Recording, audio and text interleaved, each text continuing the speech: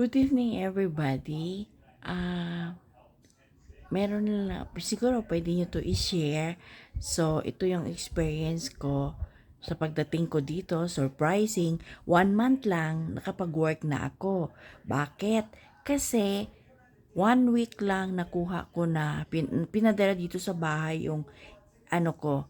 Actually, 1 week, 2 weeks natanggap ko na yung SSS ko.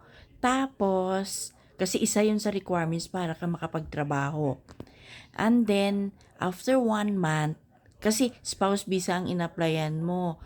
Pag once na spouse visa, automatic yon. Pagdating mo dito, 10 years visa ka na at wala ka ng interview pa. Basta darating nilang after ng 1 month yung 10 years visa mo. At ang kinagandahan pa doon, pag spouse visa ang in-apply mo, after 3 years na wala kang bakasyon sa atin sa Pinas, automatic yon. Pwede ka na mag-apply ng US citizen. Pero, kung fiancé visa ang kinuha mo, kagaya ng kasamahan ko sa work, pagdating niya dito, nagpakasal sila, inintay niya pa ang lahat ng papers na maging registered. So, almost 7 to 8 months siya na hindi pwede mag-work. So, ngayon, lumabas na din ang visa niya pero 2 years lang din.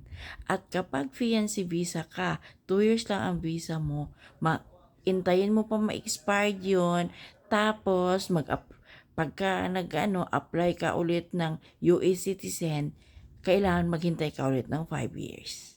So, ganun kahirap or ganun katagal. So, mas maganda talaga kung spouse visa yung a-applyan mo. So, ako, I have 10 years visa na. So, I hope makatulong ito sa iba.